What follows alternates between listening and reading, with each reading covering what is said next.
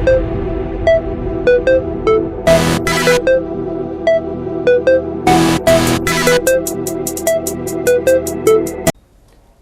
दोस्तों, मैं राहुल कमल आपका बहुत बहुत स्वागत करता हूं आपके अपने YouTube चैनल फिक्स स्टडीज के नए सेगमेंट मुलाकात में।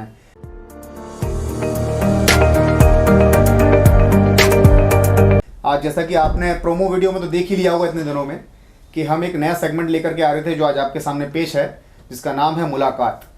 इस सेगमेंट के तहत हम लोगों ने सोचा था कि आप लोगों की मुलाकात समाज के उन लोगों से करवाएंगे जो लोग अपने जीवन का एक बड़ा हिस्सा समाज में दे चुके हैं। इस नए भारत की नींव में, इस नए भारत को खड़ा करने में, एक नया भारत बनाने में अपना जीवन खपा चुके हैं। तो आज मैं आपकी मुलाकात करवाऊंगा हिंदी जगत के एक बहुत ही प्रखर व्यक्ति डॉक्टर राम सनेही लाल जी यायावर। बहुत बहुत स्वागत है सर आपका, अपना कीमती वक्त निकालने के लिए हमारे चैनल के लिए। अरे धन्यवाद राहुल जी। अगर आप जैसे युवा मित्रों के बीच में हमारी कुछ पहचान है और आप हमें कुछ समझते हैं तो ये हमारे लिए सौभाग्य का विषय है। जी, हम तो जीवन भर नौजवानों के ही बीच में रहे हैं। 40 साल आप जैसी उम्र के विद्यार्थियों के साथ गुजरी हैं, उन्हीं को पढ़ाना लिखाना, उनसे पढ़ना लिखना सीखना समझना यही रहा है। इसलिए मेरे लिए ये प्रसन्नता का विषय है कि आप मुझे इस मुलाकात के लिए पात्र समझ रहे हैं। जी, आज पहला अध्याय है, आज पहला एपिसोड शूट कर रहे हैं। हमने सोचा कि हिंदी जगत के अभी हाल ही में हिंदी दिवस निकला है और ही अंतर्राष्ट्रीय हिंदी दिवस आज है, इसीलिए हमने सोचा कि इस सेगमेंट की शुरुआत किसी अध्यापक से शुरू करी जाए। और शुरू आपके जीवन में बातचीत तो करेंगे, लेकिन एक सवाल मेरे मन में उठ रहा है जी। वो सवाल ये है, शायद हमारे व्यूवर्स के मन में भी उठ रहा होगा। हाँ जी हाँ। जो आपके नाम के अंत में जो ये है यायावर, जो उपाधि है, ये क्या है? ये मुझे भी नहीं पता इसके बारे में। अच्छा, यायावर कोई उपाधि नहीं है जी। यायावर का अर्थ होता है घुमक्कड़। घुमक्कड़, हाँ। और घुमक्कड़ में और यात्री में अंतर है जी। यात्री की यात्रा का उद्देश्य होता है कि उसे फलानी जगह जाना है जी। घुमक्कड़ वो है जो बिना उद्देश्य के निकल पड़े घर से। और मेरी धारणा है कि हमारे हिंदू जीवन दर्शन के हिसाब से आत्मा सबसे बड़ा घुमक्कड़ है, क्योंकि वो जन्म से लेकर पुनर्जन्म में फिर आती जाती रहती है। इसलिए मैंने ये अपना उपनाम रखा है। जो कवि लोग अपना उपनाम रखते हैं तो वैसे ये उपनाम है, ये उपाधि नहीं। कभी ऐसे रहे हैं जिन्होंने अपना उपनाम ले रखा हुआ है। जी। तो सबसे पहले शुरुआत करेंगे आपके शुरुआती जीवन के बारे में, जहाँ आपकी शिक्षा दीक्षा कहाँ हुई है सारी की सारी। मेरा गांव असल में राहुल जी यहाँ से जलेसर रोड पर 6 किलोमीटर आगे जाकर त्रिलोकपुर गांव है जी। शाहपुर त्रिलोकपुर जिसको बोलते हैं ना जी। हाँ, तो उस त्रिलोकपुर गांव का मैं निवासी हूँ। छोटा सा गांव था जी। और मुख्य आबादी जो है ब्राह्मणों और यादवों और अन्य जातियों की थी। आपस में प्रेम बहुत था और हम लोग सामान्य परिवार से थे जी। बच्चों के साथ खेलना कूदना वही सब ग्रामीण जीवन का जीवन था। मेरी प्राइमरी शिक्षा एक चीज़, प्राइमरी शिक्षा पास के 3 किलोमीटर पर पचवान गांव है बड़ा जी। उस गांव में मेरी प्राइमरी शिक्षा हुई। हम लोग पैदल जाते थे जी। और पढ़ते थे। अध्यापक उन दिनों में बड़े समर्पित होते थे।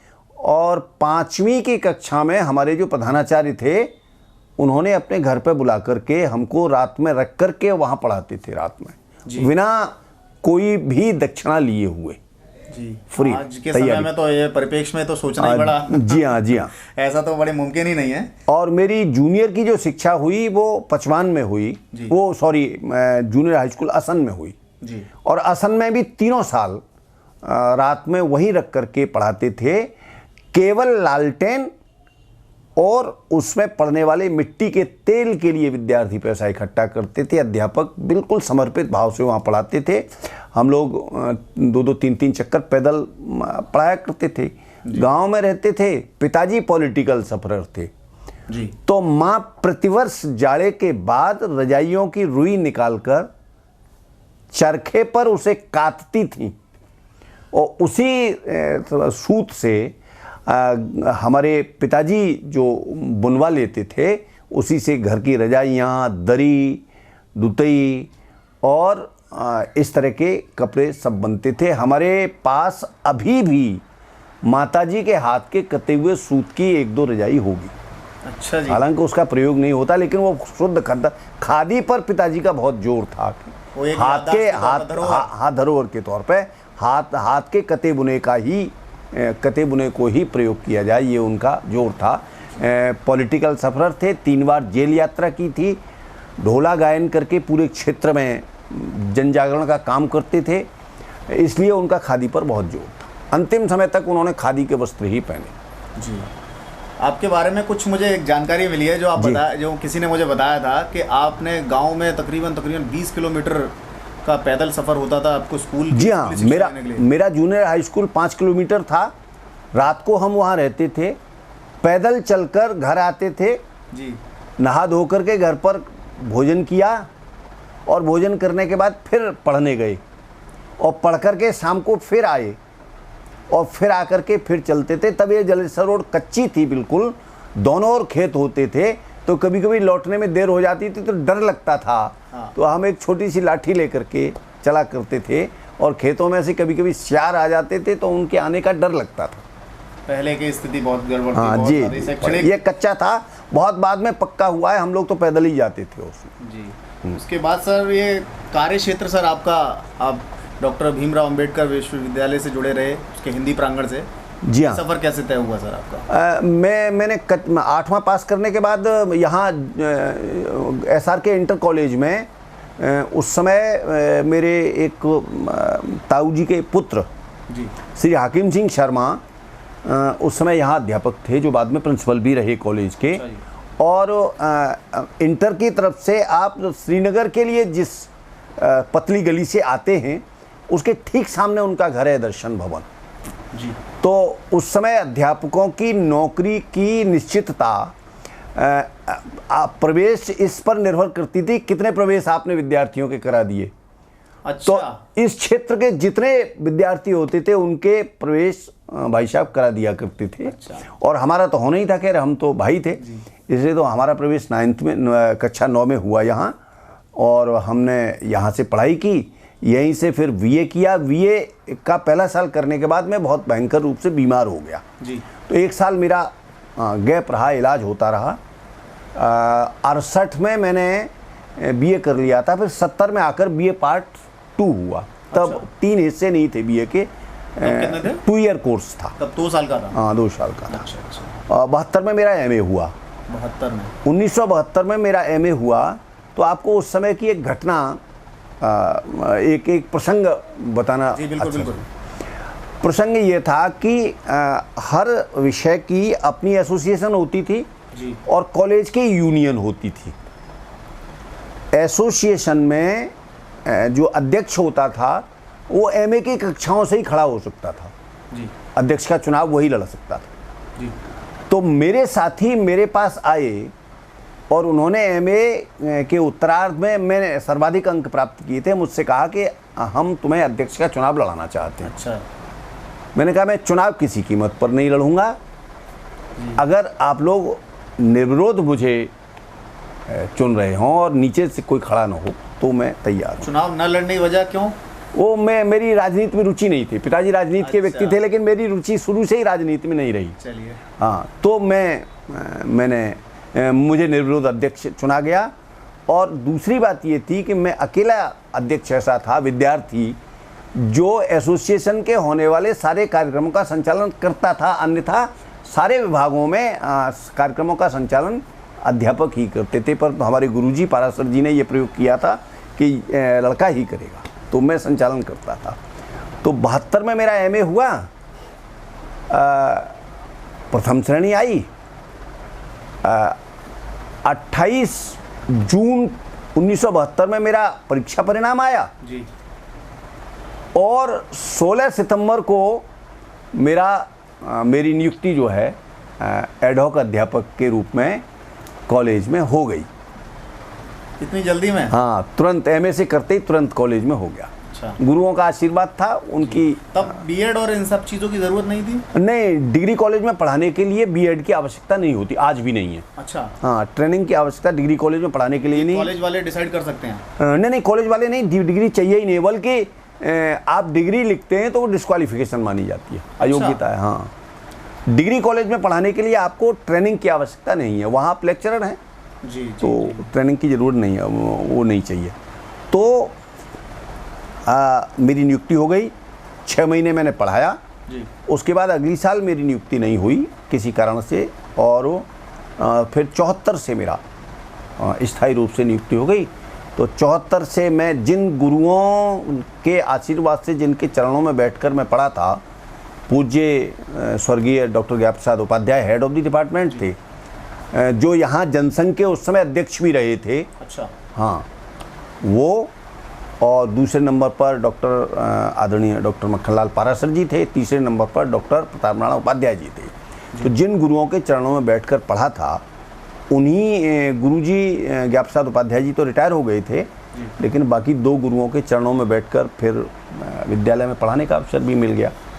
तो जो शिक्षा थी, केवल पढ़ने में ही नहीं, पढ़ाने की भी शिक्षा गुरुओं के चरणों में। हमेशा से यही रहा था कि हमें मुझे शिक्षक ही बनना है, बस एकमात्र या लाइफ? मेरा जब 72-73 में पढ़ाने के बाद जब 1 साल नहीं हुआ, उस साल मैंने शिशु मंदिर में पढ़ाया था। अच्छा। हाँ, और आपके जो जनप्रतिनिधि माननीय मनीष ससीजा जी हैं, ये 4th कक्षा में उस समय पढ़ रहे थे और मेरे कक्षा के विद्यार्थी। जी जी जी, नगर विधायक।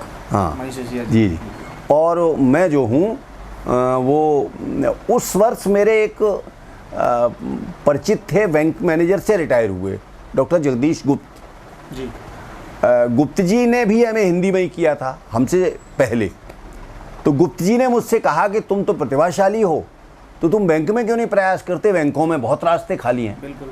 तो मैंने कहा भाई साहब, मुझे हर हालत में अध्यापक ही बनना है, प्राइमरी से लेकर डिग्री कॉलेज तक जहाँ भी मुझे अवसर मिलेगा मैं पढ़ाऊँगा, लेकिन अध्यापक के अतिरिक्त तो और कुछ नहीं बनना जी। तो मैं फिर, ये आपका पहले से ही मतलब पहले से निर्णय था कि मुझे अध्यापक ही बनना, कि आपको अध्यापक ही बनना है। जी जी। इस दौरान, इस पूरे जीवन काल की यात्रा में आपका जुड़ाव संघ से भी रहा जी। तो संघ से संपर्क कब रहे, कब आपका मैं कक्षा 11 का विद्यार्थी था। ये 1965 की बात, 65 में मेरा हाई स्कूल हुआ, 65 में कक्षा 11 की बात थी। तब यहाँ प्रभात का जो सारा काम है वो तो माननीय स्वर्गीय आश्चर्यलाल नरूला जी देखा करते थे जी। और यहाँ अनेक शाखाएं लगती थी प्रभात की। शाम के काम का जो ऊपरी तरीके से पूरी देखभाल थी जी, वो माननीय रामचंद्र जी गुप्त करते थे, जो गणित के प्राध्यापक थे उस समय वहाँ छदामिलाल जैन कॉलेज में। तो माननीय रामचंद्र जी के संपर्क में आया था, फर्स्ट ईयर का विद्यार्थी था। एक दिन मैंने उनसे जिज्ञासा की कि आप जो ये घरों से लोगों को बुलाते हैं, अब संघ में उतना नहीं होता। उस समय तो शाखा के लिए जो मुख्य शिक्षक होता था वो घर से 2 घंटे पहले निकलता था और सारे स्वयंसेवकों को बुलाता हुआ चलता था, भाई चलो शाखा पर चलो सबको। तो मैंने उनसे एक दिन जिज्ञासा की कि ये क्या है, आपका नेकर पहन के आप कहाँ जाते हैं, कोई सरकारी संगठन है? तो उन्होंने बताया कि नहीं, ये विद्यार्थियों का है और विद्यार्थी सब शाम के समय आते हैं, आप आना चाहें तो स्वागत है आपका। तो उसके बाद फिर मैं जुड़ गया और उस समय मैं आरनगर में रहता था, तो वहाँ से ये जो आपका फ्रीयाद क्लब बना हुआ है जी, ये खाली था मैदान बिल्कुल। अच्छा। और इसको खतरा फील्ड कहा जाता था। अच्छा, खतरा फील्ड नाम था इसका। यहाँ शाखा लगती थी। अच्छा। और हम उस शाखा में प्रशिक्षित हुए। इसके बाद महावीर नगर में शाखा लगने लगी, वहाँ जाने लगे थे। उसके बाद जब मैं बीए के अंतिम वर्ष में था शायद, या एमए में आ गया जी, तो मैं लक्ष्मण बोर्डिंग हाउस में रहता था। ये आपका जीवन बीमा का पुराना जो ऑफिस है, माने आर्यनगर के लिए जो सर्विस रोड से आर्यनगर के लिए जो गली जाती है ट्रांसफार्मर वाली, उससे आगे लक्ष्मण बोर्डिंग हाउस था। अच्छा। और ये सब खाली था, यहाँ तक बसा नहीं था। तो उस लक्ष्मण बोर्डिंग हाउस में मैं रहता था।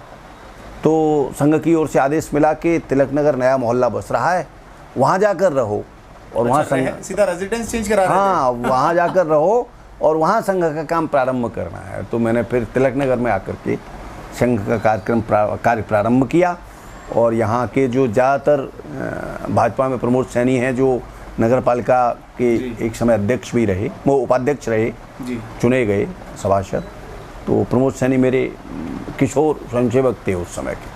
सर एक चीज़ थी, जिस तरह संघ के ऊपर जिस तरह के आरोप लगते रहे हैं, और जिस दौरान आपने संघ ज्वाइन करी थी तब तो संघ का जोर इतना था नहीं, और आज के परिप्रेक्ष्य में आपको कभी भी ऐसा लगा कि आपको कोई समस्याएं आई संघ से जुड़ाव होने की वजह से आपकी लाइफ में? उस समय जो कांग्रेस के लोग थे, जो समाजवादी थे जी, जो साम्यवादी थे जी, उन सबकी धारणा संघ के प्रति बहुत खराब थी जी, और अनावश्यक रूप से आक्रमण होते थे। संघ पर महात्मा गांधी की हत्या का आरोप लग चुका था, हालांकि आज भी यही। हाँ, संघ उससे मुक्त हो चुका था, कोर्ट से मुक्त हुआ था जी। तो उस समय विरोध बहुत था और समाज में भी उतना जागरण नहीं था। हम तो जन जन तक पहुंचने का प्रयास कर रहे थे। बहुत से शरारती लोग संघ स्थान पर जहाँ ध्वज लगाते थे या जिस स्थान पर करते थे वहाँ शौच कर जाते थे, और यहाँ तिलक नगर में भी ये होता था, और हम जाकर के पहले वो शौच वौच की सफाई करते थे। अच्छा। मैदान को ठीक करते थे, उसके बाद शाखा लगाते थे। कई बार झगड़े भी हो जाते थे। कई बार संघ की शाखा पर किसी स्वयंसेवक के साथ बदतमीजी हो गई। अच्छा। तो फिर उस समय ये प्रयास किया जाता था कि नगर का अगले दिन या अगले इतवार को संघ नगर का पूरे का जो सम्मिलित कार्यक्रम हो वो उसी शाखा पर हो, तो लोगों को पता लग जाए कि इनकी शक्ति है, और फिर झंझट ना हो। एक तरह से तो कई तरह के झंझट हुए, कई तरह के कार्यक्रम होते। आपको सर इतने सारे मैं देख रहा हूँ यहाँ पर, आपको इतने सारे पुरस्कार मिल चुके हैं और देश विदेश में ही इतने सारे पुरस्कार आपने ग्रहण करे हुए हैं। इससे जुड़ी हुई कोई भी संघ की बात हो, जैसे कि आपको संघ में होने की वजह से वो पुरस्कार मिलने में आपको देरी हो गई हो या ना मिला हो, ऐसा कोई वाकया हो? एक बात ये कह सकता हूँ कि मैं अब इसको क्या कहूँ कि, क्योंकि सर एक चीज़ आपको माफ़ी चाहूँगा, हमारे देश में पुरस्कार कहीं ना कहीं राजनीति से प्रेरित भी होते हैं। अवश्य, है ना? निश्चित रूप से। तो ये चीज़ तो ज़रूर हुई होगी, मेरे मन में विचार आया जैसे। निश्चित रूप से। मैंने कभी उत्तर प्रदेश हिंदी संस्थान का साहित्य भूषण मुझे मिला है 2018 का। उससे पहले मेरे एक शिष्य इटावा में हैं, डॉक्टर कुश चतुर्वेदी, भी कांग्रेस का परिवार है वो मेरे शिष्य हैं जी। और उन्होंने मुझसे कहा कि गुरुजी आपने बहुत काम किया है, तो आप साहित्य भूषण के लिए अपना नाम प्रस्तावित करने की अनुमति हमें दो जी। वो समिति में भी थे। अच्छा। उसमें उस पुरस्कार की निर्णायक समिति में जी। तो मैंने उनसे कहा कि भाई मैंने पुरस्कार के लिए न लिखा है और न मेरा मन है कि पुरस्कार के लिए आपने।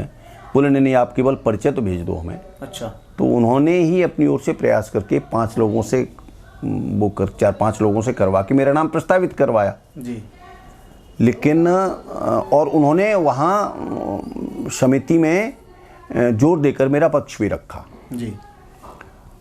लेकिन नहीं हो पाया। अच्छा। कुछ राजनीतिक व्यवस्थाएं होंगी, उस समय सपा की सरकार थी। अच्छा। उसके बाद 2 बार और मेरा नाम सपा सरकार में गया जी। और नहीं हो पाया, तभी नहीं मिला। तो राजनीतिक व्यवस्थाएं होंगी। भाजपा सरकार में भी मैं कोई पहल राजनीतिक दृष्टि से नहीं कर पाया जी, लेकिन उनको लगा होगा, इसलिए वो फिर आपको कौन से वर्ष में मिला सर? 2019 में मिला। 2019 में 2018 का साहित्य भूषण 1 साल बाद पहले का 1 साल पहले का होता है। एक सर पुरस्कार की बात मुझे पता चली थी आपके लिए कि जो पूरे देश में शायद एक व्यक्ति को दिया जाता है, क्या वो पुरस्कार? वो पुरस्कार नहीं है बंधु जी राहुल जी, वो असल में एक योजना है जी सरकार की ओर से, विश्वविद्यालय अनुदान, विस्तार से बताएंगे उसके बारे में। विश्वविद्यालय अनुदान आयोग है जी, जो विश्वविद्यालय और महाविद्यालयों के लिए काम करता है। उनको अनुदान किन किन विषयों में देना है उसमें उसकी एक योजना है जो सेवा मुक्त हो चुके हैं उन लोगों के लिए। अच्छा, मतलब जो रिटायर्ड हो चुके हैं, उनके लिए अगर वो उत्सुक हैं जी, उनमें सामर्थ्य है जी, तो उन लोगों के लिए शोध कार्य आगे बढ़ाने का अवसर है जी। वो ये है कि आपको एक कोई योजना देनी है कि हम इस विषय पर शोध कार्य करना चाहते हैं। उसको अगर वो पसंद कर लेंगे, उन्हें सर्वश्रेष्ठ लगेगा, तो वे आपको चुन सकते हैं। अच्छा, ऐसे इसको एमेरिटस फेलोशिप कहते हैं जी। और ये पूरे देश में केवल महाविद्यालय और विश्वविद्यालय के प्राध्यापकों में से केवल 100 लोगों को दी जाती है, सारे विषयों में मिलाकर। अच्छा, हाँ, तो किसी एक विषय में किसी एक व्यक्ति का नंबर आता है जी। हाँ, एक व्यक्ति का नंबर संभव है, इससे ज़्यादा नहीं हो पाता जी। तो मुझे वो एमेरिटस फेलोशिप मिली थी जी। क्या नाम है इसका पूरा? Emeritus fellowship. एमेरिटस फेलोशिप जी। इसमें 31,000 रुपया महीना आपको 2 साल तक मिलता है जी। 50-50 हज़ार रुपये महीने की जो अनुदान राशि है वो आपको पुस्तकें खरीदने व यात्रा करने के लिए मिलता है जी। सबका पूरा हिसाब देना होता है आपको कि आपने अच्छा। पुस्तकें खरीदी तो उनके बिल वाउचर देने होते हैं। अच्छा अच्छा अच्छा। हाँ, तो मैंने वो इस पर उस समय गीत का एक कोश तैयार करने के दिया था, जो आप देख रहे हैं मेरे सामने, नवगीत कोश। नवगीत कोश। हाँ, ये 2 साल के परिश्रम से मैंने 5 खंड में तैयार किया और उसके आधार पर इसी के लिए मुझे मिला था। और मेरे बाद सौभाग्य से जी। ये हुआ कि मेरे बहुत अंतरंग मित्र हैं, हमारे कॉलेज से ही विभाग से ही रिटायर हुए जी। डॉक्टर मुरारीलाल अग्रवाल जी। उन्होंने कहा डॉक्टर साहब मेरे लिए भी तैयार करा दीजिए अगर अच्छा संभव हो। यूनिवर्सिटी में हिंदी में मुझे पहली बार मिला था, विश्वविद्यालय में इससे पहले हिंदी में किसी को नहीं मिला। संस्कृत में तो एक व्यक्ति को मिल चुका था हाथरस में, लेकिन हिंदी में मुझे पहली बार मिला। तो ये जो हैं मैंने उनका भी तैयार कराया और 17 में उनको मेरे 1 साल बाद उनको भी मिल गया जी। संस्कृत में। तो एसआर के कॉलेज से हम दोनों ने एक तरह से इतिहास रचा के पहली बार विश्वविद्यालय के अंदर हम लोगों को एमेरिटस फेलोशिप मिली और एक सार्थक काम हो सका। ये अपने आप में बहुत बड़ी बात है। जो एक, चाहे आप इसको कुछ भी कह लीजिए, फेलोशिप है, अगर ये पूरे देश में चिन्हित व्यक्तियों को मिल रही है, एक व्यक्ति को, तो फिर एक व्यक्ति का अपने आप में बहुत बड़ी बात है। और आप बता रहे हैं अलग अलग विषयों में मिल रही है, अलग अलग विषयों में है ना। हाँ जी। तो ये एक तरीके से मैंने अभी सोचा था दिमाग में कि एक तरीके से ये कहीं ना कहीं नोबेल पुरस्कार के आसपास छू रही है चीज। हाँ, नहीं, ये उतना बड़ा भारतीय लेवल पर कहा जाए तो। हाँ, भारतीय स्तर पर अनुदान कई विषय आ रहे हैं, तो यूजीसी देती है, ये उनका अपना सोचने का दृष्टिकोण है, परंतु वे इसमें स्तर पर विशेष ध्यान देते हैं कि काम ऐसा हो जो बहुत महत्वपूर्ण हो और प्रभावी होकर के जा सके साहित्य के क्षेत्र, अपने क्षेत्र में, अपने विषय में। चलिए अब कुछ देर हमारे व्यूअर से बात करते हैं। और हमारी जो इस वक्त की देश की नई एजुकेशन पॉलिसी आई हुई है, और जैसे कि हमारे साथ जो व्यक्तिगत बैठे हुए हैं, ये पुरानी एजुकेशन पॉलिसी को देखते हुए आए हैं। नई एजुकेशन पॉलिसी बहुत सारे लोगों को अभी तो समझ में ही नहीं आई है, कि जैसे कि मैंने काफ़ी उसके बारे में इतना पढ़ने के बावजूद भी मेरे समझ में नहीं आ रहा है। हम बात करेंगे नई एजुकेशन पॉलिसी पर नहीं, हम बात आज करना चाहेंगे सर से कि सर एजुकेशन सिस्टम जो पिछले ज़माने में चला आ रहा था, पॉलिसी नहीं सर, जो सिस्टम जो चला आ रहा था, वो आज का जो सिस्टम है, जो अभी करंट में, जो अभी एजुकेशन पॉलिसी लागू नहीं हुई है, वो तो अगले वर्ष लागू होगी, लेकिन आज जो चला आ रहा है और जो पिछले वर्ष में, जो क्या आपको क्या अंतर दिखाई देता है अध्यापकों में, छात्रों में? राहुल जी, एक बात तो मुझे ये लगती है कि हमारे यहाँ शिक्षा, भारत में प्राचीन काल से शिक्षा जो थी जी, वो उसका बड़ा भारी महत्व था जी। अगर हम भारत की भावात्मक एकता की बात करें जी, कि भारत में भावात्मक एकता कैसी है, आप देखो उत्तर प्रदेश और केरल परस्पर विरोधी हैं। बिल्कुल। संसार का सबसे अधिक वर्षा वाला स्थान भारतवर्ष में है, मेघालय, और सबसे कम वर्षा वाला स्थान भी भारतवर्ष में जी। हरे भरे प्रदेश, सूखे प्रदेश, बहुत कुछ है, अंतर है, सही बात, लेकिन फिर भी सारा देश ये भावात्मक रूप से एक कैसे है। तो इसके लिए मैं 5 तत्वों को स्वीकार करता हूँ जी।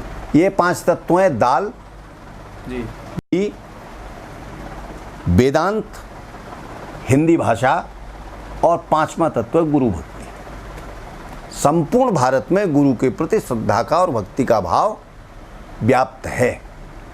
तो तो पहली जो शिक्षा थी हमारे विद्यार्थी जीवन तक, वो गुरु और शिष्य वाली थी। अब शिक्षा क्या हो गई है? अब शिक्षा हो गई शिक्षक और विद्यार्थी वाली। ये बहुत बड़ा अंतर आया है। गुरु और शिष्य में आत्मीय संबंध होता था, बहुत निकटता का। जैसे अगर शिष्य पढ़ने नहीं आया है तो ये गुरु की चिंता का विषय होता था। और हमारे समय में हमारे जो अभिभावक होते थे, वे प्रवेश कराते समय अध्यापकों से ये कहते थे कि गुरुजी, हड्डी हड्डी हमारी है, माने इस लड़के को जितना चाहें उतना पीटें, चाहे कुछ करें, पर पढ़ जाए चार आखर। बिल्कुल सही। तो हम लोगों के समय में बहुत अध्यापक बहुत प्यार करते थे और बहुत मारते थे। अगर आप इन दोनों का एक एक उदाहरण छोटा छोटा सा मैं अपने जीवन का दूंगा कि मैं दूसरी तीसरी का विद्यार्थी था। दोपहर में खेलते कूदते समय किसी विद्यार्थी द्वारा टूटी दबात के फेंके हुए कांच से मेरा पैर फट गया जी। और हमारे प्रधानाचार्य जो थे, और वो वहाँ बरसात का मौसम था, सारा पानी जो था वो खूना खून हो गया, खून भर गया उसमें जी। बुरी तरह खून चल रहा था पैर से। तो हमारे प्रधानाध्यापक जो थे वो उसी गांव के थे, पचवान के। वो अपने घर चले जाते थे, दोपहर में आए तो उसे देखते ही वो मतलब बहुत अधिक घबरा गए। एकदम ऐसा लगा जैसे उनके अपने चोट लगी हो। और उन्होंने तत्काल एक विद्यार्थी को घर भेजकर अपने घर से पिसा हुआ गंधक मंगाया, अपने हाथ से मेरे पैर को साफ किया और उसमें गंधक भरा और अपनी धोती को फाड़कर जी उससे पट्टी बांधी। इससे ज़्यादा प्यार का मैं तो पूरे जीवन उस पट्टी का ऋण नहीं चुका पाया अपने विद्यार्थी जीवन में। आप बताइए, वो उन्होंने बांधी थी। ये था प्यार गुरु और शिष्य के मध्य। और सजा कितनी थी, दंड कितना था? हम बहुत अच्छे विद्यार्थी थे।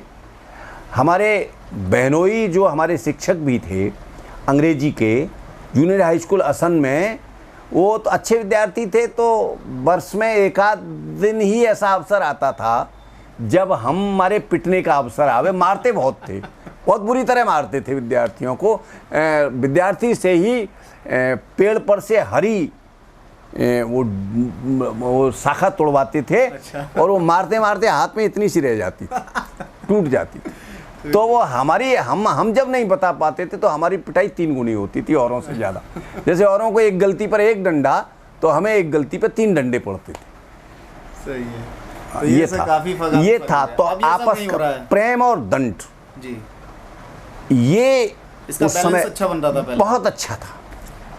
अब वो आज अध्यापक जो है वो सरकारी नौकर बना दिया है जी। सरकारी नौकर होने के कारण जो अधिकारी, तहसीलदार या दूसरा, उसके मन में अध्यापक के प्रति कोई सम्मान का भाव नहीं है। इसलिए वो उसे अपना नौकर समझ रहा है, जैसे अपना चपरासी वैसे ही शिक्षक। तो वो उनके साथ व्यवहार प्रेम का या गुरु होने का व्यवहार नहीं करते। परिणाम यह है कि शिक्षक भी फिर उसी तरह से सरकारी कर्मचारी वाली स्थिति में आ गए। बहुत सारे शिक्षक पढ़ाने नहीं जा रहे। स्कूलों की स्थिति ये भी है कि अंग्रेजी समय से ही हमारी शिक्षा का ये एक वो था कि प्राइमरी स्कूल में 5 अध्यापक, हर विद्यार्थी हर कक्षा के लिए एक कमरा और एक कक्ष और एक ब्लैक बोर्ड और एक चपरासी, यह अनिवार्य था। अब बहुत सारे स्कूल एक अध्यापक के भरोसे चल रहे हैं या एक शिक्षा मित्र के भरोसे चल रहे हैं। आप स्कूलों की संख्या कम करिए ना, परंतु अध्यापक पूरे रखिए, पढ़ाई पर ध्यान दीजिए, शिक्षक को पढ़ाने दीजिए। पढ़ाने के अतिरिक्त तो उस पर इतने काम हैं कि प्राइमरी का शिक्षक पढ़ा नहीं सकता। अब नई शिक्षा नीति जो आ रही है उसमें मैंने सुना है कि अब इस ओर ध्यान देने की आवश्यकता सरकार अनुभव कर रही है और उसमें कुछ कर रही है जी। और साथ में एक काम और मुझे अच्छा लगा है जी कि अब प्राइमरी की जो शिक्षा होगी, प्राथमिक कक्षाओं की जो शिक्षा होगी, वो अपनी मातृभाषा में होगी जी। बिल्कुल, ये सबसे अच्छी बात है। अंग्रेजी माध्यम के नाम से स्कूल नाम रखकर जो दुकानें चलाई जा रही हैं वे अंग्रेजी पढ़ाते नहीं हैं। जी बिल्कुल, हिंदी भुलाते हैं। हिंदी बुलाते हैं। और अंग्रेजी राज्य में अंग्रेजी इतनी नहीं लोकप्रिय हो पाई थी जितनी अब हो गई है। अब जो अनपढ़ माँ है ना, वो बच्चा अगर गाय को देख कर कहे कि गैया, वो कहे नहीं बेटा गैया नहीं, काऊ। तो अब जो अनपढ़ माँ है वो भी चाहती है कि बेटा अंग्रेजी बोलना सीख जाए, तो अंग्रेजी बोलना वो सीखता नहीं, हिंदी भूल जाता है। बिल्कुल सही। हमेशा सर मैंने एक चीज़ देखी है, मैं अपने व्यूवर से कहूँगा जी कि मैंने एक चीज़ नोटिस की है इस देश में कि अंग्रेज़ी यहाँ कभी कोई भाषा थी ही नहीं। मुझे ऐसा लगता है सर कि अंग्रेज़ी यहाँ कभी कोई भाषा थी ही नहीं। अंग्रेज़ी को भारत में एक स्किल की तरह प्रोजेक्ट किया गया है, जबरदस्ती एक स्किल की तरह कि अगर आपको ये नहीं आता है तो आपको अपॉर्चुनिटीज़ कम मिलेंगी, अगर आपको ये स्किल आता है तो आपको ये अपॉर्चुनिटीज़ ज़्यादा मिलेंगी। अंग्रेज़ी को भाषा का एक आतंक बना दिया गया है इस देश में। मैं इस विषय में आपको एक बात और बताऊं जी, जो महत्वपूर्ण बात है वो ये है कि आज़ादी से पहले हिंदी राष्ट्रीयता का प्रतीक थी और आज़ादी के संघर्ष का सबसे बड़ा हथियार थी। हिंदी ही राष्ट्रभाषा हो सकती है और वही राष्ट्रभाषा है, ये बात हिंदी क्षेत्र के लोगों ने नहीं कही, हिंदी क्षेत्र से जो बाहर के लोग थे उन्होंने कही। अच्छा, स्वामी दयानंद गुजरात के थे, उन्होंने सत्यार्थ प्रकाश का जब दूसरा संस्करण छपवाया, स्वामी दयानंद सरस्वती जी, उन्होंने सत्यार्थ प्रकाश के दूसरे संस्करण में ये कहा कि मैं पहला संस्करण जब छपा था तो मेरी हिंदी उतनी अच्छी नहीं थी और अब मुझे ये गर्व है कि मेरी हिंदी ठीक है और मैं अच्छी हिंदी के साथ इसे लिख रहा हूँ। जी, स्वामी दयानंद के द्वारा स्थापित जो आर्य समाज था, उस आर्य समाज ने हिंदी के प्रचार में बहुत बड़ा काम किया, तमाम डीएवी कॉलेज और वो स्थापित करके। इसी तरह समस्या राजगोपालाचारी तमिलनाडु के, वो हिंदी के समर्थक थे आज़ादी से पहले। सुभाष चंद्र बोस ने कहा था कि राष्ट्रभाषा केवल हिंदी हो सकती है, बंगाल के थे। केशव चंद्र सेन कहते थे, एक बंगाली। रविन्द्रनाथ टैगोर ने माना कि हिंदी ही राष्ट्रभाषा हो सकती है। दूसरे राज्यों के लोग थे जहां हिंदी नहीं चलती, और सब कह रहे थे। और गांधी जी ने दक्षिण भारत में हर प्रदेश में अनेक हिंदी प्रचार सभाएं स्थापित की थी जो हिंदी के विस्तार का काम कर रही थी। सर ये कहाँ ढिलाई, कहाँ कमियां हुई है ये वही मैं उसी पर आ रहा हूँ। जैसे ही 14 सितंबर 1949 को जी हिंदी को राजभाषा घोषित किया सर्वसम्मति से, वैसे ही जो दक्षिण भारत के लोग थे उनको ये लगा कि अब जो सरकारी नौकरियां हैं उनमें हिंदी जानने वाले, हिंदी वाले, उत्तर भारत वाले लोग ज़्यादा हावी हो जाएंगे। अच्छा, इसलिए उन्होंने हिंदी का विरोध शुरू कर दिया और भयंकर रूप से विरोध शुरू कर दिया उसका। और ऐसा भयंकर विरोध किया, और राजगोपालाचारी जो कल तक हिंदी का समर्थन कर रहे थे वो हिंदी के विरोध में खड़े हो गए, उन्होंने स्वतंत्र पार्टी बनाई। तो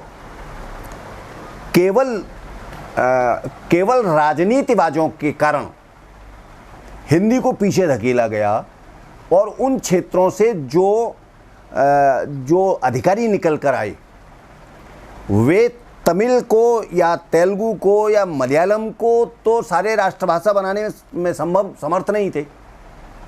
तो उनका जोर इस बात पर रहा कि अंग्रेजी को बनाए रखा जाए जी। और उन लोगों ने, दक्षिण भारतीय बंगाली जो अधिकारी आए, उन्होंने, वो अधिकारी आज भी यही करते हैं कि राजभाषा है और उसका ये अनिवार्य है कि आपको हिंदी में भी पत्र लिखना है, अंग्रेजी में भी लिखना है।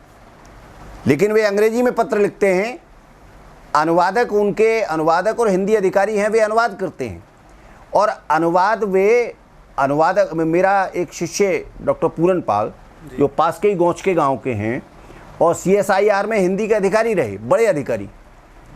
अनेक बार मैं वहाँ, उन्होंने मुझे बुलाया हिंदी की कार्यशालाओं में जी।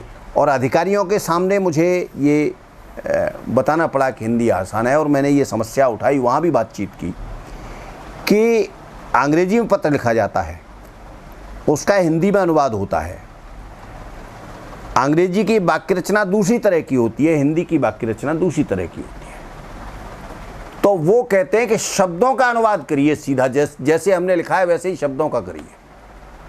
और हिंदी अधिकारी कहता था मेरा शिष्य जो है कि गुरुजी हम कहते हैं कि ये तो वाक्य रचना के हिसाब से, इसलिए जो हिंदी में पत्र आते हैं वे ज़्यादा कठिन होते हैं, उन्हें समझने के लिए फिर हमें अंग्रेजी वाले पत्र को पढ़ना पड़ता है।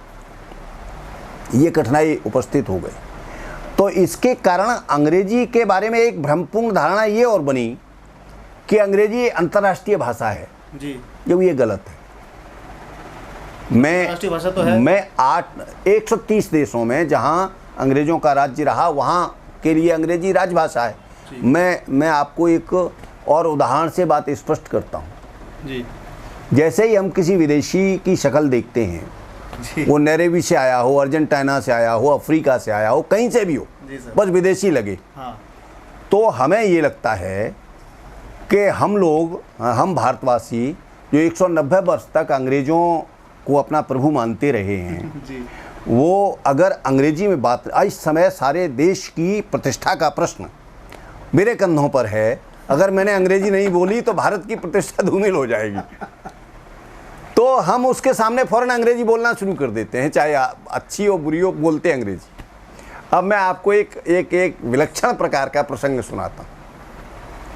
मैं बनारस से जो द्वितीय वातानुकूलित कक्ष था उसमें यात्रा में कर रहा था, रात की यात्रा थी जी। मेरे सामने दो साधु बैठे थे। अब गोरी चिट्टी शक्ल के नौजवान, गेरुआ वस्त्र पहने, और वे साधु हैं और गोरे हैं और विदेशी हैं जी। तो औरों की तरह मेरा भी मानना था कि ये अंग्रेजी में तो होंगे, इसलिए अंग्रेजी में बात करनी चाहिए इनके साथ। तो मैंने उनसे अंग्रेजी में बात करना शुरू किया, बातचीत करना शुरू किया। आमने सामने ही बैठे थे जी। मैंने देखा कि उन्होंने केले वाला खाए तो वो थैली में रख लिया, और जब तक बस्ती रही तब तक नहीं फेंका। अच्छा। बस्ती से निकलने के बाद जब गाड़ी निकली तब उनको फेंका। मैंने उनसे बात करना शुरू किया। 3 वाक्यों का आदान प्रदान हमारे बीच में हुआ। चौथे वाक्य में उस एक साधु ने कहा, वो 3 तो बता दीजिए। वो 3 तो मैंने पूछा आप कहाँ से आए हैं, अच्छा। कैसे आए हैं, ये सब अंग्रेजी में बातचीत हुई। हाँ, तो उन्होंने कहा बनारस से वृंदावन जा रहे हैं हम, ये बातचीत हुई थी केवल। चौथा वाक्य मैंने नहीं बोला, उन्होंने बोला, actually sir my English is not so good. मैंने कहा कि क्या हम हिंदी में बात कर सकते हैं? तो बोले हाँ थोड़ी थोड़ी हम समझ लेते हैं।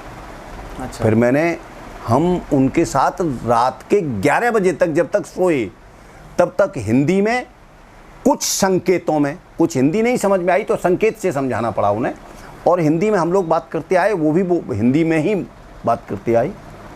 और वो यात्रा 11 बजे तक, हम 11 बजे सोए तब तक रात, बाद में तो फिर मैं उतर गया, वो लोग तो वृंदावन जा रहे थे जी।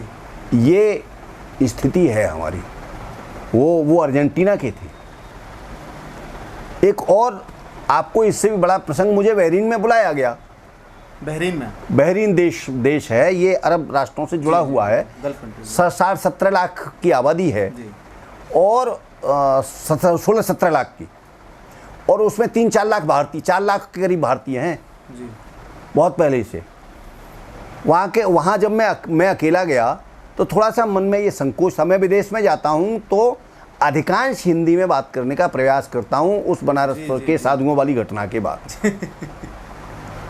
तो वहाँ बहरीन में मैं चिंतित था कि पता नहीं वहाँ कैसे बनेगी बात, मुझे अंग्रेजी में ही बात करनी पड़ेगी।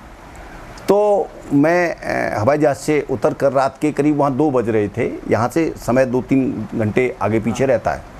तो मैं अपना कैरी बैग खींच ले जा करके, और वहाँ एक अरेबियन सिपाही था, मतलब उन्हीं का बहरीन का ही सिपाही था, गार्ड था। मैं उसके पास गया और मैंने जाकर उससे कहा कि dear where should I go for checking. उसने हिंदी में उत्तर दिया, आप दिल्ली से आए हैं सर? मैंने कहा हाँ। तो बोले आप उस काउंटर पर चले जाइए। और मैं बहरीन में विश्व हिंदी दिवस के लिए बुलाया गया था। 1 सप्ताह तक वो इंडियन स्कूल में था वो इंडियन स्कूल आज से 70 साल पहले स्थापित हुआ था। आत्माराम जसनमल नाम के एक गुजराती व्यापारी थे, उन्होंने स्थापित किया था। उसमें 12,000 विद्यार्थी पढ़ते हैं, 600 अध्यापकों का स्टाफ है, हर कक्षा के साथ कंप्यूटर लैब लगी हुई है, CBSE से वो मान्यता प्राप्त है। अधिकांश हिंदी के विद्यार्थी मतलब भारतीय विद्यार्थी हैं वहाँ, और अंग्रेजी भी बहुत अच्छी जानते हैं, लेकिन हिंदी के लिए था। और हिंदी के इतने अच्छे कार्यक्रम वहाँ हुए। और वहाँ उस प्रदेश में मैं वो कुछ एक मस्जिद है बहुत बड़ी, वहाँ उसे देखने गया था जी। तो वहाँ हाथ धोने के लिए नल पर गया, तो ऑटोमेटिक नल जो इनमें लगे होते हैं। ये कब, कौन से सन की बात है सर? ये 2013 12-13 की होनी चाहिए, लगभग हाल ही की हो गई। हाल ही की। तो उनमें कुछ ऑटोमेटिक नल होते हैं, उसके नीचे हाथ करेंगे वैसे ही नल चलेगा, सेंसर वाले, और फिर सेंसर वाले अपने आप बंद हो जाते हैं। तो एक उस मस्जिद में भी ऐसा ही सेंसर वाला नल लगा हुआ था। अच्छा। तो मैं बाथरूम गया और आकर के मैंने हाथ धोए। हाथ धो करके मैं उसको बंद करने की कोशिश कर रहा था, क्योंकि वो मेरे अभ्यास में बहुत ज़्यादा नहीं था, हैं, तो वो बंद नहीं हो रहा था। तो मैंने कहा कि पता नहीं कम वक्त ये कैसे बंद होगा। तो एक अरेबियन पुलिस का इंस्पेक्टर वहीं उन्हीं का, बहरीन का ही था। अच्छा। वो वहाँ से वॉशरूम से निकला, उसने कहा कि आप इसको छोड़ दीजिए, अपने आप बंद हो जाएगा। हिंदी में जवाब दिया उसने। तो मेरा कहना ये है कि हिंदी विदेशों में बहुत बढ़ रही है। जी जी। और आप ये शर्त रखिए, वो कहें आपसे इंग्लिश स्पीकिंग नहीं, अपनी ओर से अंग्रेजी मत बोलिए। जी बिल्कुल, ये आप अपनी ओर से ये कहिए कि क्या आप हिंदी समझते हैं। जी। वो अगर मजबूरी प्रकट करे कि नहीं समझता, तो अंग्रेजी में बात करिए। तो मैंने तो देखा कि 95% मेरा हिंदी से काम चल गया, मुझे तो 5% अंग्रेजी बोलनी पड़ी कहीं कहीं। हमारे प्रधानमंत्री भी तो यूनाइटेड नेशन में हर बार हिंदी में बोले आते हैं। हाँ? जबकि उनकी इंग्लिश दुरुस्त है, लेकिन उसके बावजूद, हाँ? क्योंकि उन्हें मालूम है उनके इन प्रयास। अटल जी ने यूएनओ में हिंदी बोली पहले, सबसे पहले। उनके इन प्रयासों की वजह से ही आज ये भाषा जो हमारी है, ये विश्व की 10 जो भाषाएं उन लिस्ट में शामिल हो पाई है, वरना पहले इस लिस्ट से भी बाहर थी। 3 लोगों ने हिंदी के लिए, हिंदी को वैश्विक स्तर देने में काम किया, और एक चौथा वर्ग और है। 3 में एक तो भारतीय हिंदी सिनेमा ने बहुत काम किया जी, हिंदी को वैश्विक भाषा बनाने में जी। एक अटल बिहारी वाजपेयी ने किया जी। एक माननीय प्रधानमंत्री श्री नरेंद्र मोदी ने किया। चौथे जो भारतीय यहाँ से विदेशों में गए, उन्होंने बहुत किया। मैंने देखा कि वो विदेशों में जाकर ज़्यादा भारतीय हो जाते हैं। बहुत अच्छी तरह से भारतीयता के पूरे संस्कार का, हिंदी का पूरी तरह राष्ट्रीय महत्व निकल कर आता है। और वहाँ मैंने देखा कि वहाँ हिंदू मुसलमान, जाति, ऊंच नीच, ये सब भारतीयों में से समाप्त हो, पूरी तरह समाप्त हो जाता है। वहाँ पर एक ही चीज़ रह जाती है, केवल देश। केवल देश। और इंटर के विद्यार्थियों ने जो कार्यक्रम प्रस्तुत किया, अरे गजब। पंजाब का लड़कियों का नृत्य होता, भांगड़ा तो पुरुषों का होता है जी। और गिद्दा लड़कियों का नृत्य है। वो गिद्दा प्रस्तुत किया वहाँ की लड़कियों ने, क्या गजब का। और ऐसे ही केरल का जो कथकली होता है, वो प्रस्तुत किया वहाँ की लड़कियों ने। और हिंदी में इतनी अच्छी हिंदी बोली कि वो आश्चर्यचकित रह गया मैं जी। बहुत बढ़िया। सर, आपने अभी इसका जिक्र किया भारतीय सिनेमा का। मेरा ये मानना है कि भारतीय सिनेमा ने कहीं ना कहीं एक नेगेटिव इमेज भी हिंदी की बनाई है। जितना उन्होंने वैश्विक स्तर पर लेके गए हैं, वो कैसे, वो भी मैं बताता हूँ। उन्होंने जो अपने फिल्मों में जो डायलॉग्स रखे हैं, ज़्यादातर आप कभी नोटिस करेंगे, आपने भी कई मूवीज़ देखी होंगी, हम भी देखते आ रहे हैं, पुरानी और नई। साहित्यिक हिंदी को उन्होंने एक कभी भी जो फिल्म में जो कॉमेडियन पात्र होता था, वो साहित्यिक हिंदी उसी को ही दी जाती थी, जो केवल हंसाने वाला पात्र होता था। और जानबूझकर उन्होंने एक दशक तक, 70 से 80 के दशक तक उर्दू मिक्स हिंदी को चलाया था। उसके बाद उर्दू हिंदी इंग्लिश को चलाया था, 90s के बाद के जो एरा आया था। और ये जो उर्दू प्लस हिंदी का जो मिक्सचर था, ये वो केवल नायक को देते थे, जो फिल्म का हीरो हुआ करता था। और जानबूझ करके मैं देखता था कि जो कॉमेडियन पात्र होते हैं, जो हास्य वाले पात्र होते हैं, उनको साहित्यिक हिंदी दी जाती थी। ये मैंने कई फिल्मों में नोटिस किया है। अगर आपने किया होगा तो आप इस चीज़ को देखते होंगे। ना ऐसा हुआ है। लेकिन एक चीज़ और हुई है जी। मैं आपको बताऊं, फिल्मी गीतों के माध्यम से जी। वहाँ हिंदी पढ़ाने का काम कई लोगों ने किया है। जी। एक साहित्यकार महिला हैं अंजना संधीर। अंजना संधीर। हाँ जी। उन्होंने हिंदी टीचिंग वाई फिल्मी सॉन्ग्स, इस पर एक पुस्तक लिखी और बाकायदा अंग्रेजी माध्यम से उनको हिंदी सिखाई। दूसरा काम जो हुआ वो ये है कि तमिलनाडु में मेरे एक मित्र डॉक्टर महावीर स्वरूप दीक्षित, जो हमारे विद्यार्थी परिषद के अच्छे अधिकारी रहे हैं जी। वो तमिलनाडु में गए थे एक सेमिनार में, संगोष्ठी में भाग लेने। उन्होंने वहाँ संगोष्ठी में क्या किया, संगोष्ठी में उन्होंने कहा कि अंग्रेजी मेरे लिए कोई समस्या नहीं है, मैं बोल सकता हूँ, समझ सकता हूँ, बात कर सकता हूँ। सारे लोग अंग्रेजी में पेपर पढ़ रहे थे, लेकिन मैं हिंदी में पढ़ूंगा कि हिंदी हमारी नेशनल लैंग्वेज है, राष्ट्रभाषा है, इसलिए हिंदी में पढ़ूंगा। उन्होंने हिंदी में पेपर पढ़ा। उन्होंने बताया कि तमिलनाडु का उनका एक मित्र जो है वो हिंदी का घोर विरोधी, अच्छा, परंतु उसने गीत सिनेमा के हिंदी का सुनाए। अच्छा। सिनेमा के हिंदी के गीत गाए और बड़े अच्छे स्वर से गाए। तो मैंने पूछा कि भाई तुम हिंदी का विरोध करते हो, गीत गाते हो? बोले गीत बड़े मधुर होते हैं हिंदी के। तो हिंदी गीतों के माध्यम से दूसरे तरीके से हिंदी पहुंची है। और अब एक बात और हुई है कि वो दौर था जब उर्दू मिश्रित हिंदी को लाने का प्रयास कर रहे थे। हाँ। लेकिन कुछ अच्छे हिंदी के गीतकार भी तो पहुंचे वहाँ, और उनके गीत जो है वो शुद्ध हिंदी के। राजेंद्र कृष्ण हैं, नीरज तो उर्दू मिश्रित लिखते थे, परंतु आपके वो क्या नाम है, ये भरत व्यास हैं। भरत व्यास ने पुराने समय में बहुत अच्छे गीत लिखे और शुद्ध हिंदी के लिखे। प्रदीप ने सारे हिंदी के ही लिखे। प्रदीप ने हिंदी को, प्रदीप के गीत बहुत लोकप्रिय हुए और दक्षिण में भी वो इतने ही आदर के साथ सुने और दोहराए गए। बहुत अच्छा किया है। तो सिनेमा का योगदान भी रहा है। हाँ, और प्रवासी भारतीयों ने वहाँ हिंदी के प्रचार में बहुत योगदान किया है, बहुत बड़ा काम किया है। और एक चीज़ और हो गई है हिंदी की, हिंदी अब बाजार की भाषा बन गई है। तो अब आपकी ज़रूरत न, आपको तो केवल एक ही काम करना है कि हम दैनंदिन व्यवहार में इंग्लिश और हिंदुस्तानी के प्रयोग से बचें। हिंदी बोलें आपस की बातचीत में, ज़्यादा से ज़्यादा बोलें हिंदी। बाकी काम तो अपने आप हो जाएगा। क्यों हो जाएगा?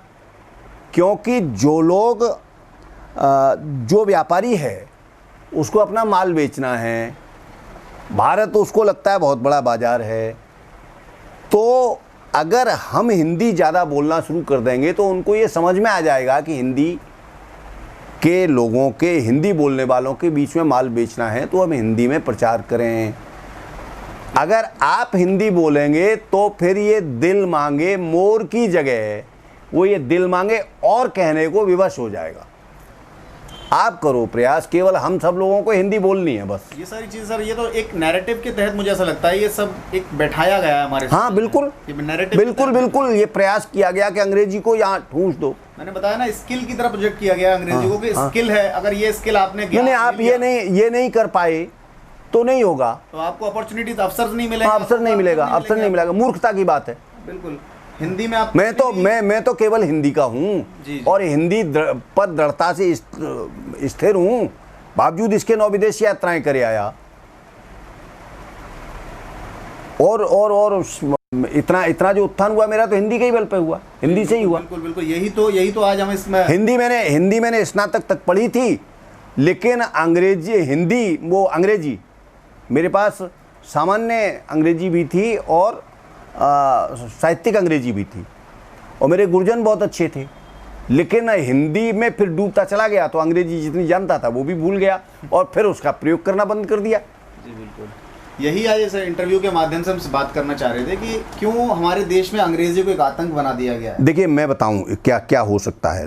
विद्यार्थियों को ये लगता है कि अपॉर्चुनिटीज या अवसर नहीं मिलेंगे, नए नए टीवी चैनल्स खोल रहे हैं, वहाँ संवाददाताओं की जी, वहाँ एंकर्स की बड़ी भारी ज़रूरत है जी, हिंदी जाने साथ में अंग्रेजी जाने, या न जाने अंग्रेजी तो कोई दूसरी भाषा जाने। अनुवादकों की ज़रूरत सारे दूतावासों में और सारी विदेश यात्राओं में इनको पड़ती है। बड़े बड़े मंत्री और नेता जो जाते हैं विदेश, इनको अनुवादकों की ज़रूरत पड़ती है। तो आप एक भाषा हिंदी के साथ एक कई विदेशी भाषा का 6 महीने का अनुवाद का कोर्स कर लीजिए, आपको अवसर मिल जाएंगे। जिनको नहीं समझ में आ रहा मैं बता दूं, ट्रांसलेशन की बात हो रही है। हाँ, अनुवाद अरे आप फ्रेंच का अनुवाद करना सीख गए, हिंदी से फ्रेंच, फ्रेंच से हिंदी। तो जो नेता यहाँ से जाएगा उसको अनुवादक की आवश्यकता होगी, वो ले जाएगा।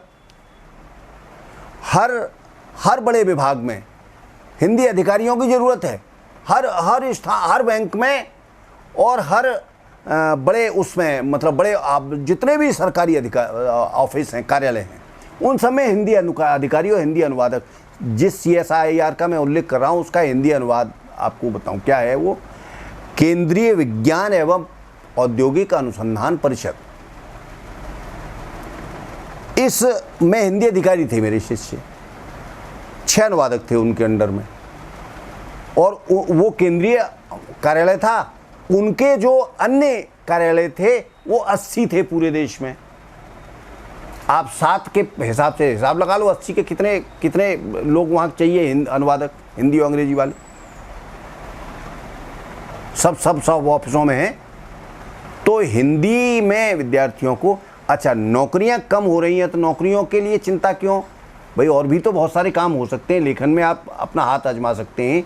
आकाशवाणी पर ज़रूरत पड़ती है, आकाशवाणी तो 24 घंटे कार्यक्रम, वो 20 घंटे तक कार्यक्रम देता है, तो हिंदी वालों को वहाँ बुलाया जाता है। लोक भाषा वालों की बहुत ज़्यादा ज़रूरत है, ब्रज भाषा में और अवधि में जो बोलना जानते हैं, हर आकाशवाणी बुलाती है ऐसे लोगों को। ये अपॉर्चुनिटीज लोगों को पता भी नहीं है सर, जो आप बता रहे हैं ना, ये प्रयास नहीं करते ना। MA करने के बाद बस ये लगता है BEd कर लो और अध्यापक बन जाओ, यही रास्ता उन्हें दिखाई पड़ता है और इसी के लिए प्रयास करते हैं और कुछ करते ही नहीं। सर मेरी एक यात्रा थी, मुझे वो याद आ गई है सर ने जो हिंदी के बारे में बताया है जी। एक बार मैं बुर्दवान गया था जी। बुर्दवान बंगाल से 90 किलोमीटर पहले पड़ता है। हाँ, वर्तमान है। हाँ, तो मैं वहाँ गया था एक एग्ज़ाम देने के लिए जी। पहली बार बंगाल गया था। हाँ। तो वहाँ पर न्यायालय कोर्ट का एग्ज़ाम था वो, हाँ। C ग्रेड के लिए जी। तो मैं जब वहाँ पहुँचा, तो जब वहाँ पर गया पहुँच के मैंने उधर कमरा लिया और अगले दिन जब एग्ज़ाम देने गया तो वहाँ पर मैं एक चीज़ नोटिस कर रहा था, पूरे शहर में छोटी से छोटी दुकान हो या बड़े से बड़े कोई मॉल का शोरूम हो, सब जगह सारी चीज़ें उनकी भाषा में यानी बंगाली में बंगला में लिखी हुई। एक अद्भुत चीज़ देखने को मिली मुझे वहाँ पर, जो आप बड़े बड़े मॉल्स में देखेंगे, जो बड़े बड़े ब्रांड होते हैं, बिग बाज़ार है, पेंटालून वगैरह, ये बड़े बड़े जो ब्रांड हो गए देश के, ये भी बंगाली में लिखे हुए थे। ये मैंने कहीं नहीं देखा आज तक, जितने स्टेट्स में मैं घुमा, ये भी बंगाली में लिखे हुए थे। फिर मैं जब फंसा मैं वहाँ पर जाकर, जब मेरा एग्ज़ाम स्टार्ट हुआ, एग्ज़ाम में 2 भाषाओं में एग्ज़ाम आया, इंग्लिश में और बंगाली में। मेरा एग्ज़ाम आधा अधूरा हुआ, मुझे समझ में नहीं आया कि यहाँ करना क्या, क्योंकि मुझे लग रहा था कि इंडिया के किसी भी कोने में एग्ज़ाम होगा, हिंदी तो एक ऐसी भाषा है जो सब जगह लगभग होती ही है, लेकिन वहाँ पर ऐसा नहीं हुआ। वहाँ पर छोटी छोटी चीज़ों पर भी बंगाली में लिखा हुआ था। अगर कोई बाहर का, नॉर्थ का व्यक्ति हो या कहीं और का व्यक्ति हो, वो उसके लिए कितनी कठिनाई बड़ा जीवन होता होगा, उसे ना चाहते हुए भी वो बंगाली भाषा सीखनी ही पड़ेगी। वो अपनी भाषा के साथ अपने ही देश इस हिंदुस्तान में रह नहीं सकता हिंदी के साथ। तभी किसी एक अमेरिका के एक अर्थशास्त्री थे, उन्होंने बड़ी विवादास्पद बात कही थी, मुझे नाम याद नहीं आ रहा उनका। उन्होंने कहा था कि भारत 29 राज्यों का एक टापू है। हाँ, वो तो कई लोग कहते हैं कि भारत 29 अलग अलग जो देश बने हुए हैं इसके अंदर, सब में अलग अलग भाषाएं, वेशभूषाएं, सबके अलग अलग त्योहार, सबके अलग खान पान, सब कुछ अलग है। आप कश्मीर के व्यक्ति पे जाइए और आप नीचे स्तर पे जब कन्याकुमारी व्यक्ति जाइए, दोनों की वेशभूषा, दोनों का खान पान, भाषा, दिखना, उनका सब कुछ, उनकी पर्सनालिटी, सब कुछ विपरीत है। भारतीयता एक कहीं लगती ही नहीं है उनकी। और हिंदी ही एक ऐसा तरीका है जो भारतीयता एक कर सकता है, मुझे ऐसा लगता है। अगर हिंदी पूरे भारत में एक हो जाए, हाँ। जैसा कि अभी बात उठी थी, हमारे अमित शाह जो गृह मंत्री ने, उन्होंने कह दिया था कि हिंदी साउथ के स्कूल में मैंडेटरी कराएंगे, तो साउथ में एक बड़ा उफान खड़ा हो गया था। अभी 2019 की बात है शायद, तो वहाँ के बड़े बड़े प्रमुख नेताओं ने मना कर दिया, नहीं ऐसे कैसे आप ज़बरदस्ती कर सकते हैं। तो जब इस तरीके के राजनीतिक आंदोलन होंगे तो फिर हिंदी को पूरे भारत में किस तरह से फिर हम लोग चला पाएंगे? राजनीति तो अपना काम करेगी, उसका काम बांटना है जी। हाँ, तो बिना बांटे उसका काम चलता नहीं जी, लेकिन सर मुझे ऐसा लगता है भाषा का विरोध नहीं होना चाहिए। भाषा का विरोध तो वो राजनीति का हिस्सा है, उनकी राजनीति ही भाषा पर केंद्रित है पूरी की पूरी। जो तमिलनाडु की राजनीति है, हुआ क्या है असल में कि आज़ादी के बाद जब लोकतंत्र आया तो लोकतंत्र का ये दोष आया सामने जी। कि भाई ज़्यादा से ज़्यादा समूह को हम अपनी ओर आकर्षित कर लें जी। इसके लिए उन्होंने नए नए तरीके लोगों ने राजनीतिज्ञों ने अपनाए जी। तो उसमें जो परस्पर जो हमारे यहाँ साम्यवादियों का आंदोलन था जी। उसमें तो जब तक दो परस्पर विरोधी नहीं खड़े किए जाएंगे तब तक उनकी राजनीति चलती नहीं है। तो उन्होंने कारखानेदार के खिलाफ मजदूर को खड़ा कर दिया और साम्यवादियों की सरकारें जहां रहीं वहां औद्योगिक रूप से उस स्थान को बर्बाद कर उस प्रदेश को बर्बाद कर दिया। औद्योगिक रूप से बंगाल बर्बाद हो गया और मजदूरों के नेता के नाम पर वहां गुंडागर्दी हावी हो गई और उन्हीं गुंडों की फौज को जो कल तक साम्यवादियों के साथ थे उसी फौज को हायर कर लिया उन्होंने, ममता ने। तो जो रास्ता साम्यवादियों का था वही ये अपना रहे, हत्याएं और दूसरे। तो एक उन्होंने ये किया। दूसरा, स्त्री को पुरुष के खिलाफ खड़ा कर दिया।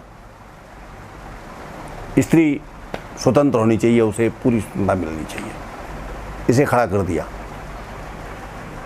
दलितों को ब्राह्मणों के खिलाफ खड़ा कर दिया। तो तमिलनाडु की पूरी राजनीति दलित राजनीति है, पूरी राजनीति दलित राजनीति है, दलित और हिंदी विरोध पर टिकी हुई है।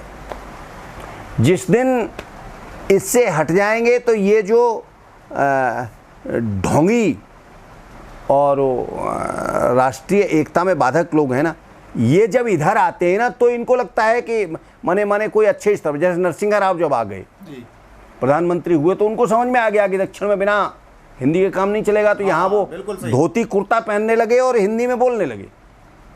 वो समय से एक ऐसा आ गया था कि साउथ के व्यक्ति, तो उनको ये लगता है कि अगर ऊंचे स्तर पर पहुंचना होगा तो फिर हिंदी बोलनी होगी, और हिंदी बोलते हैं उसी स्तर पर आकर के। उसी वजह से आज प्रधानमंत्री हमारे सभी जगह, चाहे अलग अलग राज्यों में अगर चुनाव रैलियों के लिए जाएं या अपने किसी सरकारी कार्यक्रमों के लिए जाएं, वो हिंदी का ही इस्तेमाल करते हैं, जबकि उनकी प्रमुख भाषा हिंदी का प्रयोग करते हैं और वहाँ की भाषा में एक आध शब्द जरूर बोलते हैं। शुरुआती भाषण उनका हमेशा वहाँ की भाषा में एक दो वाक्य जरूर बोलेंगे, वो बोलेंगे लेकिन उसके बाद पूरा भाषण उनका हिंदी में होता है। हिंदी में देखिए, हम लोग यहाँ पर जो अभी आपने इतनी लंबी बातचीत सुनी हिंदी के बारे में, मैं किसी भाषा का विरोध नहीं कर रहे हैं। हाँ। हिंदी, वो अंग्रेजी एक अपनी अलग भाषा है, अंग्रेजी का एक अपना महत्व है, लेकिन अंग्रेजी का महत्व कैसे अंतर्राष्ट्रीय हुआ, हम उसके ऊपर चर्चा कर रहे हैं। कैसे हम अपनी भाषा को अंतर्राष्ट्रीय लेवल पर लेकर के जा सकते हैं। किसी भाषा का विरोध नहीं, हिंदी में भी 2 और 2 4 होता है, और इंग्लिश में भी 2 और 2 4 होता है, लेकिन हिंदी का विरोध, अंग्रेजी का विरोध नहीं होना चाहिए, क्योंकि अंग्रेजी एक अपनी अलग भाषा है, उसमें ज्ञान की अलग अलग भाषा है, मतलब उसमें अलग अलग बातें हैं। राज्य की जो भाषा है उनका एक अपना महत्व है, ठीक है ना। लेकिन हम जो समझ रहे हैं कि हिंदी को जो पिछले सालों में जो ढकेल दिया है, हम उसके ऊपर बातचीत करना चाह रहे हैं। अरे हमारे बच्चों के मस्तिष्क में मत अंग्रेजी ठूंसो अभी से, थोड़ा बड़ा होने दो, अंग्रेजी सीख जाए, वो अंग्रेजी सीखे, फ्रेंच सीखे, तमिल सीखे, मलयाली सीखे, क्या अंतर पड़ता है। चलिए, सारी भाषाएं सीखे। काफ़ी लंबी बातचीत हो गई और इस भाषा के मामले में इस दौरान सर से आपसे एक बात, सर अंतिम एक रिमार्क लेंगे जी, ठीक है, इसी के साथ ये इंटरव्यू समाप्त करेंगे कि सर आने वाले समय में हमारे देश का जो अभी एजुकेशन सिस्टम है, जो अब देश का भविष्य के लिए कोई मूल मंत्र हो, जो कहाँ पर हम जाकर ठहर सकते हैं। एजुकेशन ही एक ऐसा हिस्सा है जिसकी वजह से हम आगे प्रगति कर सकते हैं। और इस फिलहाल ही में जो कोविड-19 की वजह से स्कूल बंद हो गए हैं, बच्चों में एक आनंद आ गया, बच्चे चाह ही नहीं रहे हैं कि स्कूल खुले। हाँ, खुले। तो ये कैसा बच्चों में एक नैरेटिव हो गया। अब आपको नहीं लगता कि जब स्कूल खुलेंगे तो उसके बाद बच्चों को दोबारा से एक क्लास ए से स्टार्ट कराना पड़ेगा, क्योंकि उनकी तैयारी बहुत पीछे जा चुकी है, वो स्कूल जाना ही भूल गए हैं इन महीनों में। स्कूल जाना ही नहीं, वो जो मोबाइल पर ऑनलाइन पढ़ाई हो रही है उसमें भी रुचि नहीं ले रहे। ऑनलाइन पढ़ाई में रुचि लेंगे कैसे? ऑनलाइन पढ़ाई की रुचि जो है वो सबको बताया कि उसमें कितनी पढ़ाई होती है और कितना उसमें मनोरंजन होता जो भी हो, लेकिन वो पढ़ना नहीं। लाइव सामने एक अध्यापक 30 बच्चे 40 बच्चों पर ध्यान नहीं दे पाता, तो ऑनलाइन में एक सिंगल बच्चे पर ध्यान वो कैसे दे पाए? मैं ये मानता हूँ कि प्राइमरी तक की शिक्षा मातृभाषा में हो। शिक्षा अध्यापक को गुरु का पद दिया जाए। वो गुरु नहीं है, इस समय शिक्षक है केवल और सरकारी नौकर। और प्राइमरी के अध्यापकों पर इतना ज़्यादा काम लाद दिया गया है कि अगर कोई भगवान कृष्ण भी उतर कर आ जाए तो उस काम को पूरा नहीं कर सकते। 20-25 काम हैं उनके हिस्से में, और 5 कक्षाओं को किस तरह एक अध्यापक या 2 अध्यापक किस तरह उन्हें पढ़ा लेंगे। सरकारी स्कूलों के प्रति अरुचि बढ़ रही। मैं सरकारी स्कूलों से पढ़ा हुआ निकला हूँ, तो सरकारी स्कूलों के प्रति अब सामान्य जो थोड़ा बहुत कमाने वाला मजदूर भी है वो भी ये चाहता है कि बच्चा सरकारी में न पढ़े, किसी प्राइवेट स्कूल में पढ़े। बिल्कुल सही बात। और पढ़ाई प्राइवेट स्कूल में भी नहीं हो रही। तो अब पढ़ाई क्वालिटी वाइज पढ़ाई हो, विद्यार्थियों और अध्यापकों के बीच में पारस्परिक संबंध अच्छे बने, और अध्यापक का चरित्र ऐसा हो। हमारे गुरुजी ने हमें एक मंत्र दिया था जब हम एमए से निकलते ही पढ़ाने लगे तब। उन्होंने कहा, बेटा अध्यापक को चरित्रवान होना चाहिए, ये अनिवार्य है। जी बिल्कुल। परंतु इससे भी ज़्यादा जरूरी ये है कि उसे चरित्रवान दिखाई पड़ना चाहिए। वो माने चरित्रवान है परंतु दिखाई नहीं पड़ता, समाज में नहीं करता। माने किसी लड़की से आप बात करेंगे तो आप सगी बहन से भी बात करें और कमरे में बंद करके करेंगे और दरवाज़ा बंद रखेंगे तो वो कहते हैं अगर लड़की से बात करो तो किवाड़ खुले रखना, या खुले में बैठकर बात करो। वो कहते थे एक लड़की अगर आवे कक्षा में पढ़ने, अकेली एक लड़की हो तो उसे उसकी क्लास में लेना, उसी छुट्टी कर देना। 2 होने चाहिए कम से कम, एक और लड़की आ जाए या एक कोई विद्यार्थी आ जाए तब क्लास। तो ये सारी चीज़ें व्यवहारिक थी। हमारे जो गुरुजन थे वो केवल ये नहीं बताते थे कि आपको तुम्हें हिंदी में आचार्य रामचंद्र शुक्ल ने क्या कहा है या जायसी जो है वो क्या लिखते हैं, ये नहीं सिखाते। यही अकेला नहीं सिखाते थे, ये भी सिखाते थे कि जीवन का व्यवहार कैसा रखना है। तो अध्यापकों को आज स्वयं इस योग्य बनने के लिए सरकार को सहायता देनी होगी कि वे अनुकरणीय चरित्र के व्यक्ति हों, और अध्यापकों को भी अनुकरणीय चरित्र का बनना होगा। वे गुरु बनकर दिखाएं, तभी शिक्षा में कुछ सुधार होने की गुंजाइश मुझे लगती। केवल प्राइमरी नहीं, डिग्री कॉलेज के स्तर पर भी अभी ये स्थिति हो गई है कि जो शिक्षक है वो कक्षाएं लेने से बचना चाहता है, विद्यार्थी कक्षाओं में पढ़ने से बचना चाहते हैं। इसे तो सुधारना होगा। जी बिल्कुल। इसे डंडे से नहीं सुधारा जा सकता है, इसे प्रेरणा देकर और अनुकूल वातावरण बनाकर ही सुधारा जा सकता है। शिक्षा नहीं सुधरेगी तो देश नहीं सुधरेगा। जी बिल्कुल। ये शिक्षा ही नींव है, शिक्षा नींव है इस देश की। चरित्रवान, राष्ट्र के लिए समर्पित और नौकरी का मुंह देखने वाले नहीं, अपने बल पर कुछ करने के लिए स्वाभिमानी जो नागरिक जब तक खड़े नहीं होंगे तब तक ये देश जो है वो कुछ नहीं, रूपरेखा बदल नहीं सकती। बदलेगा तब। बहुत बहुत धन्यवाद आपका इस धन्यवाद आपका भी बहुत बहुत बंधु। हाँ, विश्व अध्यापक दिवस, शिक्षक दिवस के दिन आपका इस समय लेने के लिए। अब देखिए, इसी के साथ मैं वीडियो तो समाप्त करूंगा, लेकिन एक लास्ट रिमार्क मेरी तरफ से मैं ये कहना चाहूँगा कि देखिए, आज इस सेगमेंट की जो हमने शुरुआत की है, वो एक शिक्षक हैं जो हमारे साथ बैठे हुए हैं। इतनी सारी बातें जानने को मिली, इतना सारा अनुभव जानने को मिला, जो दुनिया की सारी बातें बताई इन्होंने बचपन से लेकर के अपने इस सफ़र तक की, अपनी विदेश यात्राएं, अपने देश भर के चर्चे। देखिए, इन बातों को अगर हम अपने जीवन में सार्थक कर लेंगे तो काफ़ी आगे बढ़ सकते हैं। अगर इनके जीवन का जो एक्सपीरियंस है, जो अनुभव है, उसकी छाया भी हमारे ऊपर पड़ जाएगी तो हमारा जीवन सफल हो जाएगा। अब मैं आपसे ये कहना चाहूँगा कि अगर आप ऐसे जो वीडियो हमारे देख रहे हैं, सेगमेंट ये वाला मुलाकात, इस तरह के वीडियो अगर आपको पसंद आ रहे हैं, अगर ये वीडियो आपको ज़रा भी पसंद आया है, तो आप अपने जो जिस शिक्षक को मैं आपको याद आ गए होंगे ये वीडियो देखते हुए, हर किसी को अपने शिक्षक याद आ गए होंगे। जी हाँ। जिनको अपने शिक्षक याद आ गए हैं वो उन शिक्षकों तक ये वीडियो दिखाने की कोशिश करें। कम से कम अपने 5 दोस्तों तक ये शेयर करें वीडियो, ताकि लोगों को दिखे कि शिक्षक का महत्व हमारी ज़िंदगी में बहुत ही ज़्यादा है। आप किताबें देख रहे हैं, हमारे पास जो किताबें हैं, इन किताबों का सार, ये किताबें 1000, 2000, 1 लाख हो सकती हैं, लेकिन ऐसी 1 लाख किताबों से एक शिक्षक तैयार होता है। उस शिक्षक का आपके जीवन में कितना बड़ा महत्वपूर्ण योगदान होगा, आप खुद सोचिए। अब इसी के साथ मैं वीडियो समाप्त करूंगा। जय हिंद, जय भारत।